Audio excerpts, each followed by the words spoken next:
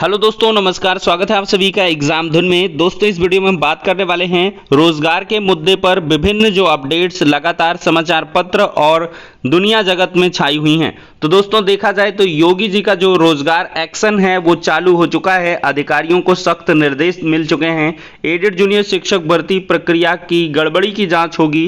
रुकी थी भर्ती प्रक्रिया, कमेटी रिपोर्ट 69,000 भर्ती 12,460, आरआरबी एनटीपीसी लेवल 2 शेड्यूल, सबके बारे में डिस्कशन करेंगे। लेकिन इसके पहले प्रतियोगी छात्रों के लिए एक छोटी सी इंफॉर्मेशन। जैसा कि आप सभी को पता है, किसी भी प्रतियोगी परीक्षा में सफलता प्राप्त करने के लिए सामान्य हिंदी का रोल काफी इंपॉर्टेंट होता है। तो ऐसे में आज हम बात करने वाले हैं सामान्य हिंदी की बेस्ट बुक के बारे में, जो चक्षु पब्लिकेशन की है। अगर देखा जाए दोस्तों, तो ये बुक प्रतियोगी परीक्षाओं के लिए काफी उपयोगी और प्रामाणिक है। ये UPSI, UP TGT, PGT, CTET, UP TET, Uttar Pradesh Lok Seva Aayog, UP triple SC, bank, SSC, railway जैसी समस्त परीक्षाओं के लिए रामबाण का कार्य करने वाली है।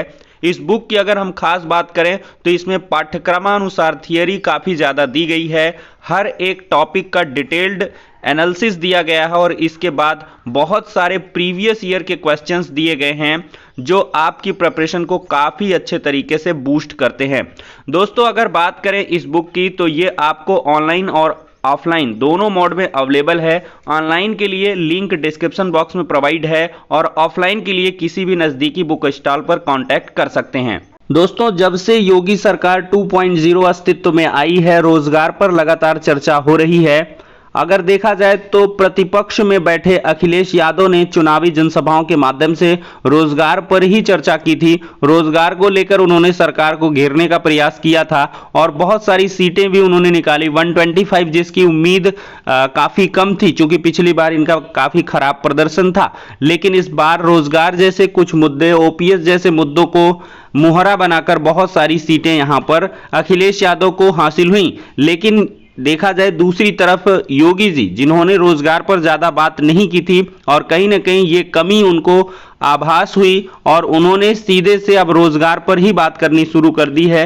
100 दिन का एक्शन प्लान तैयार किया है, सभी विभागों को इंस्ट्रक्शंस दिए हैं और साथ ही साथ अब एक न एक दिन जो भर्ती के आदेश हैं वो देखने के लिए मिल रहे हैं, क्योंकि विभागों ने काम करना शुरू कर दिया है। अधिकारियों को जो आदेश हैं वो सख्ती से दिए जा रहे हैं।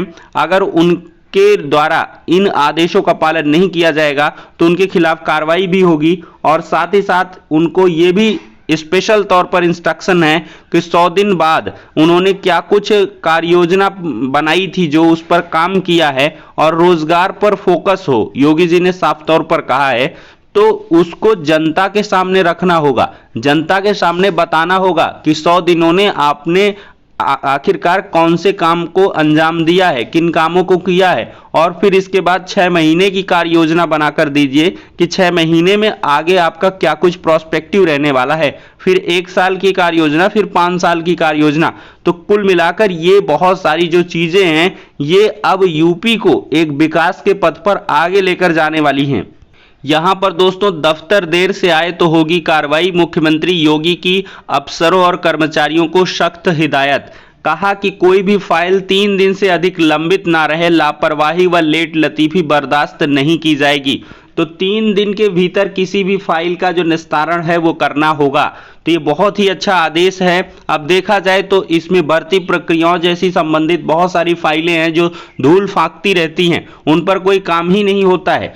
तो अब ये आदेशों के चलते अवश्य ही टीम 9 की जो बैठक हुई है, उन्होंने यही कहा है कि किसी भी स्तर पर लेट लतीफी कतई स्वीकार नहीं की जाएगी।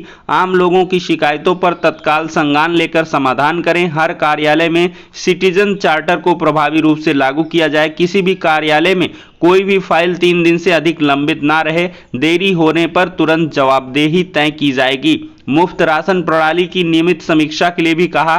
बोरों की कमी न रहे, समय पर भुगतान हो और साथ ही साथ मानक विहीन नर्सिंग कॉलेज चलाने वालों पर केस भी दर्ज किया जाएगा।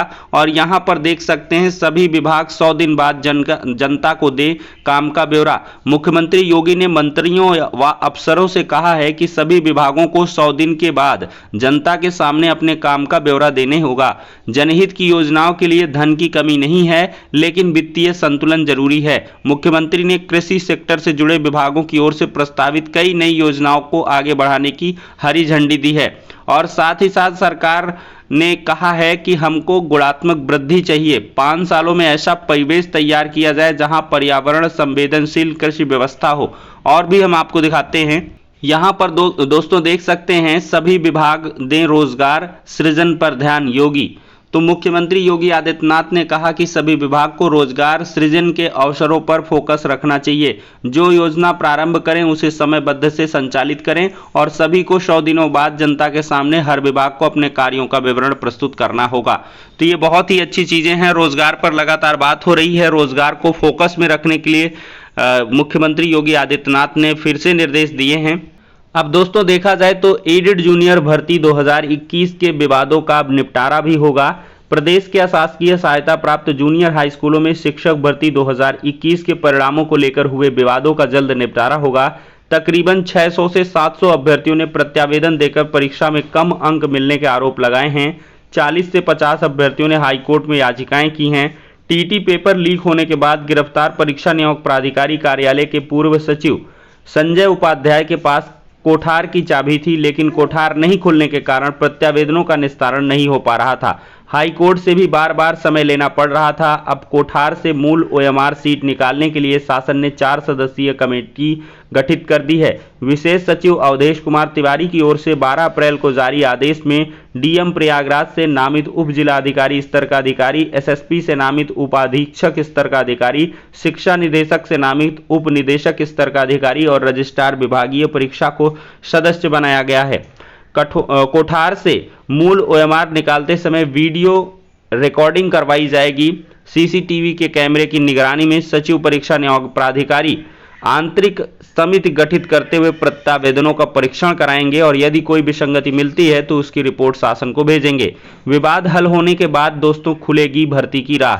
देखा जाए तो एडेड जूनियर भर्ती की मूल ओएमआर मिलने के बाद परिणाम को लेकर जो प्रत्यावेदन मिले हैं या फिर हाईकोर्ट में याचिकाएं हुई हैं उनका निस्तारण हो सकेगा और उसके बाद भर्ती की जो राह है वो खुल जाएगी। तो दोस्तों कुल मिलाकर एडेड जूनियर शिक्षक भर्ती प्रक्रिया में जो काम है वो सुस्ती के साथ आगे बढ़ रहा था, तो अब उसमें थोड़ी सी तेजी आएगी। कमेटी गठित हुई है। लगभग 600 से 700 जो शिकायतें हैं उनका निस्तारण करने में कम से कम 1 महीने का तो वक्त लग ही जाएगा। 20-20, 30-30, 50-50 भी अगर करेंगे तो 15 से 20 दिन समय लगेंगे। तो अप्रैल ऐसे गया, मई में फिर कुछ काम होगा, फिर जून भी जाएगा। तो मुझे जहां तक ऐसा लगता है कि मई और जून के बाद ही जुलाई में आपको ज्वाइनिंग मिल पाएगी। 15 जून से चूंकि स्कूल खुल जाएंगे और 20 मई से स्कूल बंद हो जाएंगे और 20 मई तक ये प्रक्रिया पूरी हो पाए 1 महीने में ऐसा मुश्किल दिख रहा है, क्योंकि शिकायतों का निस्तारण करना, फिर कुछ गड़बड़ी मिलना, फिर शासन को रिपोर्ट भेजना, शासन का अनुमोदन देना, फिर इसके बाद इनका फिर से लेटर जारी करना, फिर इसके बाद फॉर्म भरवाना, फॉर्म भरवाने के बाद एनआईसी को डेटा फॉरवर्ड करना, एनआईसी के द्वारा चयन सूची का निर्माण करना, फिर उसको प्रकाशित करना, फिर जनपद स्तर पर काउंसलिंग करवाना, काउंसलिंग करवा के नियुक्तियां करवाना। तो इन सब कामों में अभी 1-2 महीने वक्त लग जाएगा, लेकिन अभ्यर्थियों को सक्रियता दिखानी अब आवश्यक है, चूंकि आपका काम अब धीरे धीरे आगे बढ़ने लगा है। अब दोस्तों बात करेंगे पीसीएस 2019-20 का जो कट ऑफ है वो जारी हो चुका है। हाईकोर्ट में लगातार जो याचिकाएं हैं वो पड़ रही थी और अधिकारियों की किरकिरी हो रही थी, तो इसी वजह से जो पिछले कट ऑफ है यूपीपीएससी, आरओ और पीसीएस 2019-20 के जो कट ऑफ हैं ऑफिशियल वेबसाइट पर विजिबल हो गए हैं। दोस्तों विगत 2 मार्च 2022 को 5 बजे एक बैठक हुई थी जिसमें अधिकारी यहां पर साफ तौर पर दिख रहे हैं। इसमें 69,000 चयनित अभ्यर्थियों का एनओसी का जो प्रकरण था उसके मामले में शासन ने यही निर्णय लिया है कि आगामी जो स्पेशल अपील है उस पर सरकार फोकस करेगी। मतलब 69,000 शिक्षक भर्ती में पूर्व में चयनित जो शिक्षक हैं उनके लिए यहां पर सरकार पूरी तरीके से राहत देने के मूड में नहीं है। वो न्यायालय में ही मामले को आगे बढ़ाएंगे और एनओसी नहीं देंगे और साथ ही साथ उनकी काउंसलिंग कराकर नियुक्तियां भी नहीं दी जाएंगी। और साथ ही साथ देखा जाए तो 12,460 शिक्षक भर्ती के मामले में भी स्पेशल अपील 619/2018 के निस्तारण के बाद ही इस पर जो भी निर्णय होगा उसके आधार पर सरकार आगे बढ़ेगी। कुल मिलाकर देखा जाए तो ये 2 ऐसी भर्तियां हैं जिन पर लगातार अभ्यर्थी सवाल करते रहते हैं। 12460 शिक्षक भर्ती का इतिहास 5 साल से भी अधिक का पुराना है, लेकिन अभी तक ये भर्ती प्रक्रिया पूरी होने का नाम नहीं ले रही है, क्योंकि ये कोर्ट की पेचीदगियों में फंस गई है। तो यही है भैया कि कोर्ट में कोई भर्ती ना जाने पाए, अन्यथा भर्ती का भर्ता हो ही जाता है। अब दोस्तों दूसरी तरफ देखा जाए 69,000 शिक्षक भर्ती में एक अंक जो देने का मामला है उसमें से भी 600-700 कैंडिडेट एग्रीव्ड हैं। अब उनका भी लोकस बन रहा है, कोर्ट ऑफ कंटेम्प्ट के तहत सचिव साहब तलब हुए हैं, पता नहीं क्यों नहीं कर रहे हैं। 600-700 लोगों को नियुक्तियां दे दें, कौन सी इतनी बड़ी आफत आ जाएगी, क्योंकि सीट अभी भी 1000-1200-1500 तो वैकेंट हैं ही काउंसलिंग के बाद से। 6800 अभ्यर्थियों की नियुक्ति का भी मामला है, उस पर भी कोर्ट के आधार पर जो निर्णय होगा उस पर सरकार आगे बढ़ेगी। हालांकि सरकार चाहे तो प्रक्रियाओं को पूरा कर सकती है, लेकिन यहाँ पर सरकार नहीं चाहती कि कोई रिस्क लिया जाए, जो कोर्ट से आदेश होगा उसी के अनुक्रम में चीज़ों को आगे बढ़ा दिया जाए। तो फिलहाल के लिए दोस्तों यहाँ पर एक और बड़ी अपडेट है।